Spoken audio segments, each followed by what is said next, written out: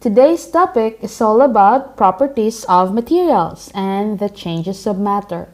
So at the end of this video, you will be able to, number 1, classify materials according to properties. Number 2, recognize that a physical change only alters a material and doesn't create a new type of matter. And finally, recognize that a chemical change not only alters a material, but it creates a new type of matter. Now, materials can be classified in several ways. We can classify materials by observing their physical properties. Now, what do we mean by property? It is just a characteristic or quality of a material. But how to describe objects and materials? Well, we compare and describe objects and materials based on their properties, such as their color, luster. Luster means the way it looks, its shape, size, texture, or the way it feels, and weight. Other useful properties includes absorbency, flexibility, insulating ability, magnetism, strength, transparency, and etc. Example, a colorful toy spring. It describes as a flexible and colorful, light and stretchy. Now take a look at a baseball bat. It is considered as inflexible, hard, shiny, and heavy. What about bricks?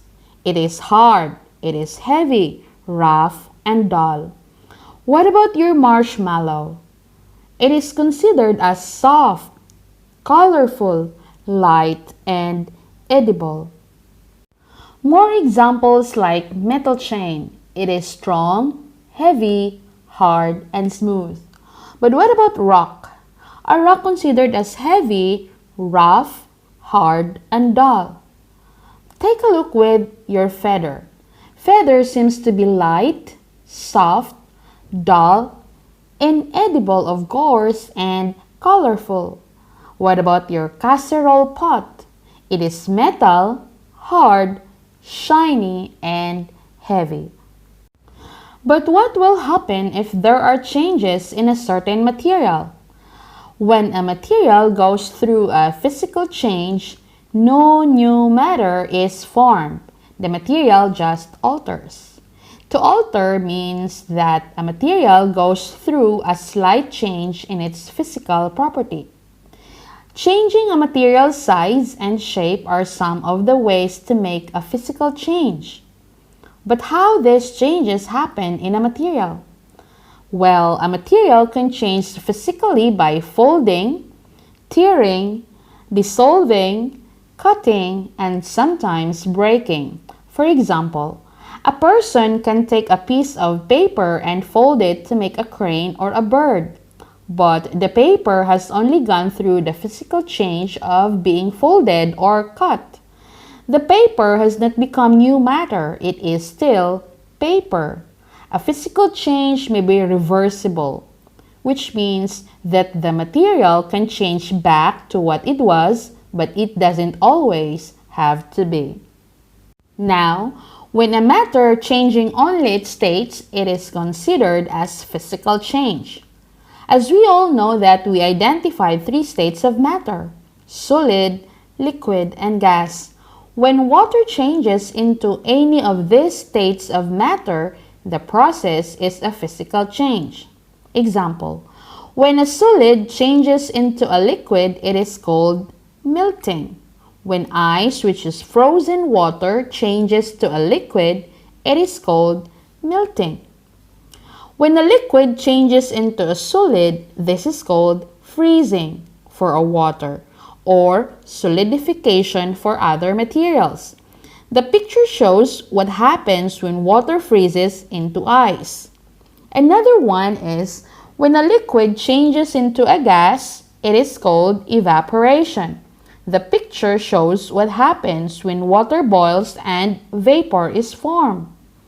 And when a gas changes into a liquid, it is called condensation. Dew and clouds are examples of water condensation.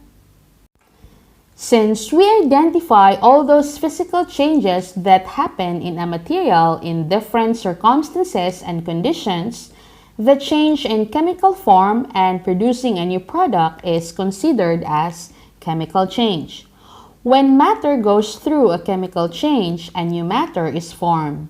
Most chemical changes are irreversible, which means that the matter cannot be changed back to its original form. When a metal object rusts and weakens, this is a chemical change.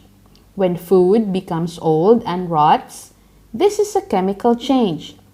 When leaves on trees turn from green to red, yellow, or brown, these are chemical changes. A chemical change is different from a physical change in that a new kind of matter is formed. Example, when the green birch leaf turns to brown birch leaf, it is chemical change. Why? Because loss of sunlight and warm temperatures cause the leaf to stop making the nutrient chlorophyll. It is an irreversible chemical change. Another example is when you cook fresh eggs, it is chemical change. Why?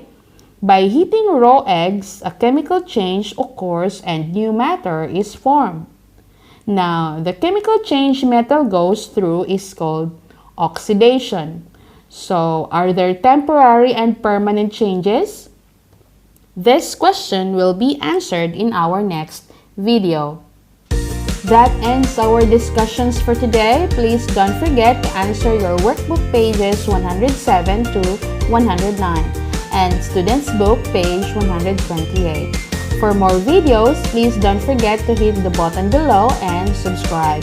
My name is Miss Noreen Sikabasa. Have a great day and